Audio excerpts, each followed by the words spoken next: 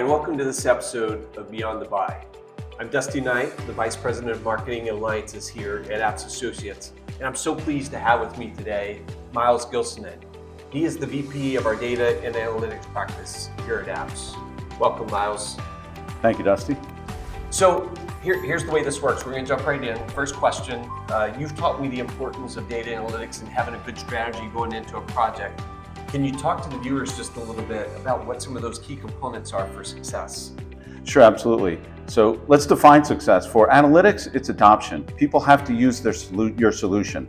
It's not like a general ledger or an application. If you implement it, you don't really worry about people using it. They have to. With analytics, they might not be using it. So everything we do to be successful derives from adoption. First of all, the data has to be good, it has to be user-friendly, and the expectations have to be set with respect to the use case, because everybody brings their own thoughts and desires about what they want out of the analytics application.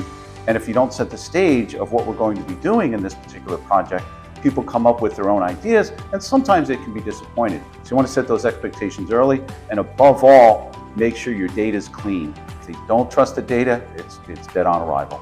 Yeah, no, those are all good points. And so now, on the other side of the coin, talk to me about what some of the pitfalls of a data analytics project could be.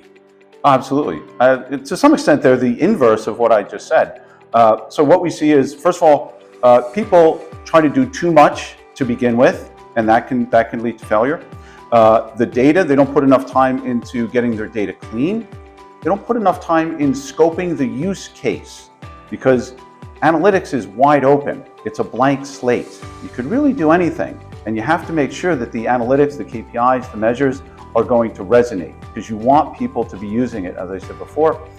And lastly, you have to do training. Remember, I talked about adoption. If people don't know how to use what you've put out there, they can find other ways. Normally it starts with an E and sounds like sell. Okay. And we know that can be a little dangerous. Yeah, no, I hear you. So, kind of rolling all that into, obviously it's really important, like who the client picks to have on the project, like when they're involved. You have some thoughts and ideas on who they should have involved and when? Sure. There's a couple of key roles. One of the most key role would be the project manager. We always ask for a project manager for data and analytics solutions because it can veer off. One of the great things about analytics projects is they're an iterative nature, and people come up with great ideas. Oh, this would be wonderful to do. But if that's not controlled, you wind up with scope creep and you can't really pull it back in. That happens a lot with AI projects and with your regular analytics projects as well. The other one would be the champion, because when the project is over, you need that person that people can go to. It could be a champion for the organization, could be for the department. But those are the informal conversations. Hey, I want to do this. How do I do that? I know there's a dashboard that shows this data. Which dashboard is that? You want them to have a resource beyond what is online, like data catalogs and that kind of thing. And then you need a subset of business users. Those are the kind of people, you're probably already thinking about them. They're good with data, they understand your business, they can communicate to people.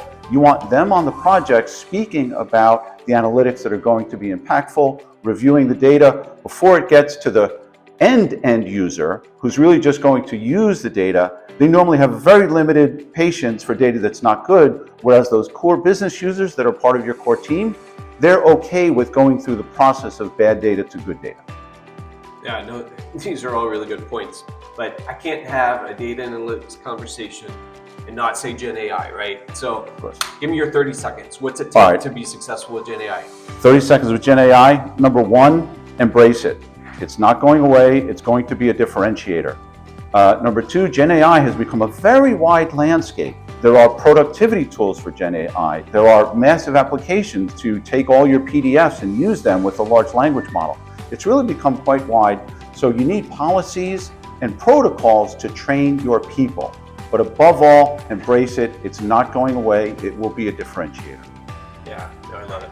Myles, thank you for being here. Thank you, Dustin. This was awesome. Hey, thank you for joining us for another episode of Beyond the Buy.